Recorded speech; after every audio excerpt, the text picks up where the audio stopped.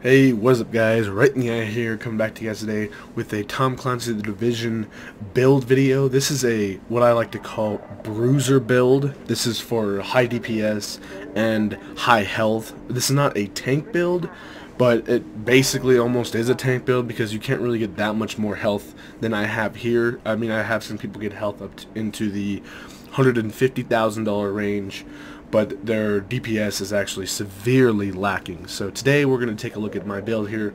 I'm using the AUG that was for sale last week. It has Brutal on it, Vicious, and Meticulous. Now this is a really good weapon here. If you can get a weapon with stats like this on a roll without having to re-roll it multiple times, I would stick with this. The only thing I would like to get rid of is Meticulous, maybe for stable. Not really needed though on this SMG, but I think accurate would be pretty good as well. And also I think deadly would be pretty nice too, to get even more critical hit damage. So this is the best weapon here. It is a 204. My gear score total, let me show you that, is 206, and that's not even the max, but that's the weapon I'm using. It does 12.8k damage per shot. I decided to lower the rate of fire on it. I put on critical hit damage and magazine size on it instead of magazine size and rate of fire.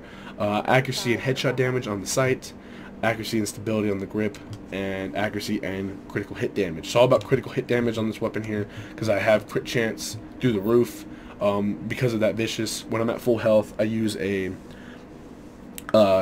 first aid, pop that, give myself an overheal when I go into combat. Since I have so much skill power for this type of build, it does recharge pretty quickly, so I could probably use it again before I need to, and that'll keep me at high health to get that 13.5% increase in critical hit chance, as well as another piece that we'll get to later to give myself critical hit chance. This game is still buggy as hell. So okay, so here we're looking at the AUG. I mean the ACR. Sorry about that. This is the tactical ACR for sale this week. When this video is going live, and I just rolled a couple times. I got stable and brutal on it, so I decided screw it, let's just call it a day, let's just leave it like that. It does almost 10,000 damage per shot. I did decide to keep the rate of fire down with magazine size and weapon damage, which I think is really good on this weapon. You don't want to put anything that has to do with critical hits on assault rifles because their crit chance is already so low. I mean, it does crit quite a lot because of the gloves that I have on, and we'll get to that in a little bit. But I use headshot damage on the sight as well as accuracy. I could probably get a better roll on this. I think this is only like a level 30 piece, so I could probably get a better roll on that. But for now, it's pretty good. Again, what magazine size, weapon damage. On the grip, I went with stability and accuracy, and I just rolled this beautiful muzzle brake here. This is a 39% stability increase. The other one I was using had a 1% higher accuracy, but 7.5% lower stability. So that's the one I was using. It does increase it because accuracy increases your DPS, even though it's cheat DPS. So I just switched that out for this one. So it gives me a lot more stability on it. You want to be stable with your ACR because you don't want to miss shots, stuff like that. So that's the two weapons I'm running. For the pieces, I am running a 4-piece Sentry Call, and then I'm running Reckless and Savage. So the Reckless piece, I got a really good roll. A 204 piece, Reckless 13.5%. Damage to elites, doesn't really matter. I wanted to roll that off, but for what I need on a chest piece, it wasn't any better than the one that I was running. I was running this one. So armor is what I still have that there. It is more health on kill. I got that on a different piece, and the health would have been nice, but when you actually see when I increase it, it actually makes it go lower because of some of the other things I have on it. I could have got a better roll on these major attributes, at least for the damage to elites for PvP, but I did get the ammo capacity again. I noticed that a lot of people are starting to use other pieces that they equip when they go into safe rooms to get ammo. So like, if anything, roll off that ammo.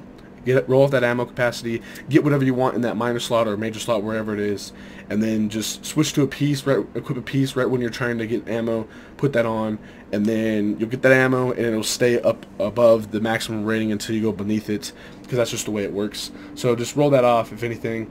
And I am running a lot of mods that give me stamina and armor, almost every mod, even the one on the chest piece here, as well as the mask, which we're going to move to. I am running a Sentry's Call mask, and this one I didn't get very good rolls on the attributes. I don't even know. I think I'm only using this because it has 2 mod slots, and that's one of the main reasons why it doesn't have a major attribute, is because the major attribute is technically a mod slot. So I have 2 here, and stamina and armor and skill haste is what I'm running.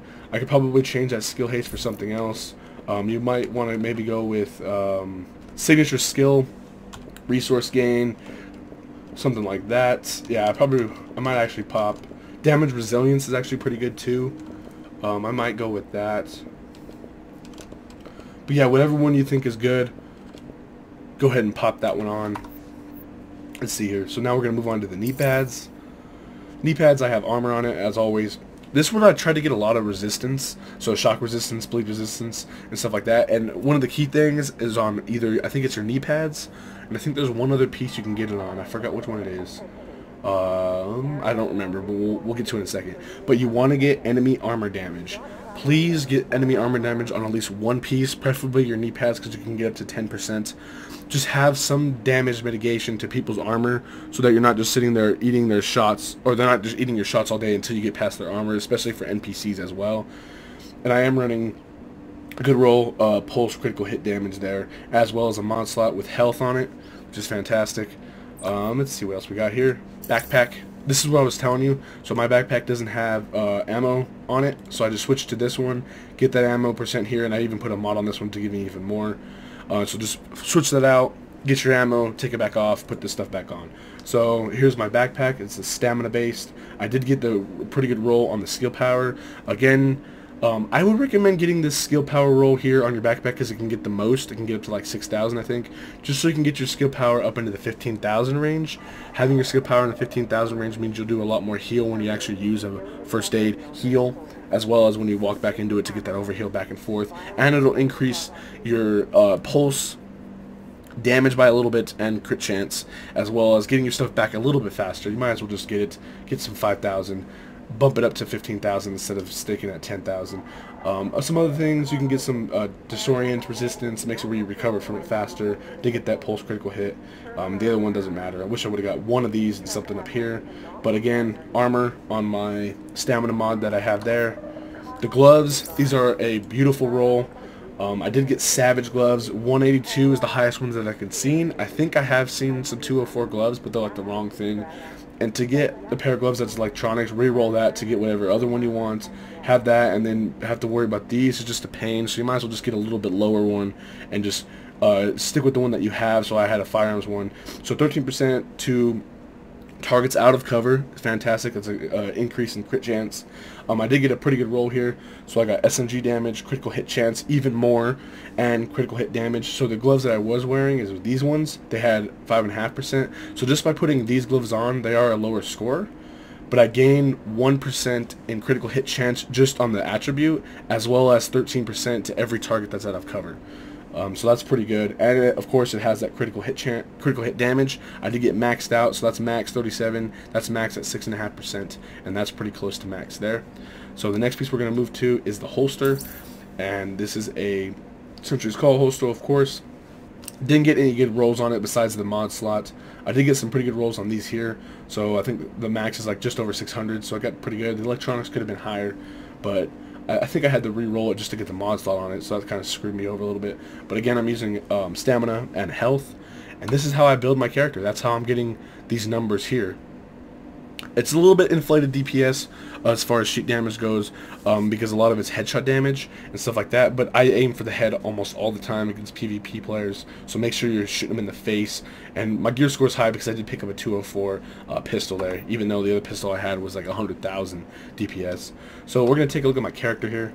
So now, weapon damage on the AUG, critical hit chance. Now this is increased. That's what it is with the 13% increase because of vicious. So if I'm not at full health, it'll drop that by 13%. But at the same time, every target out of cover to that target alone is a 13% increase to this if I'm at full health. So a total of 26% increase critical hit chance, almost to the max for targets out of cover and if I'm at full health. So critical hit damage, very important, 131%, because you're going to be doing so much critical hits, you might as well get that critical hit damage very high. I always aim for the head, so 165% critical hit percent, headshot percent. Accuracy's decent, stability's pretty good. This gun doesn't move at all. Range is actually further than I've seen on some SMGs. I've seen some SMGs even closer to like 10, 11 on the range, so that's pretty good. Reload time's pretty decent on this one. Instead of like 3.5, you got 2.5%. All damage, this is the increase here from Reckless. Okay. Next thing we're going to move down to is my combat. Damage to elites, 27%. I could get that down lower if you're going PvP. Remember to get that enemy armor damage. Health on kill, you could get some of that too. I would recommend it. No one cares about threat. Skill power, make sure you have that down a little bit. Signature gain, 3%. Max health. Armor. Armor is very important. I'm missing 0.35% from the max of 65%. Still trying to get a mod from stamina. That gives me armor on it as well. I'll switch that out for the 500 one that I have health. Take that health hit just a little bit to get that even maxed out armor.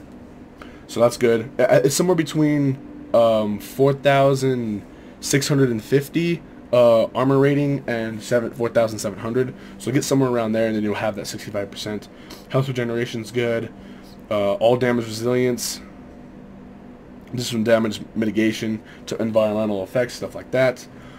Bleed resistance is good because you don't want to get hit by someone with a pistol with I forgot what it's called, but then they like make you bleed so you can't run. Try to get burn resistance. I don't have any here, that sucks. And then everything else is good. So that's my character, guys. That's how I play the Division in the Dark Zone. I go with very high DPS and pretty high health. Again, you're gonna want to get that health up there. Preferably around at least the 70,000 at least. Don't be a glass cannon, you will get dropped. There's no point in having high DPS if you can't deliver that DPS. So get up into that 7,000 at least. Preferably push towards that 80,000. 90,000 is like if you have all your stuff good and you can just push it up even higher and higher without killing your DPS. So alright guys, this has been Right in the Eye here, coming back to you guys today with this Tom Clancy's The Division high DPS, high health Bruiser build. Hope you guys enjoyed it. Please like, comment, and subscribe, and I will see you guys in the next video.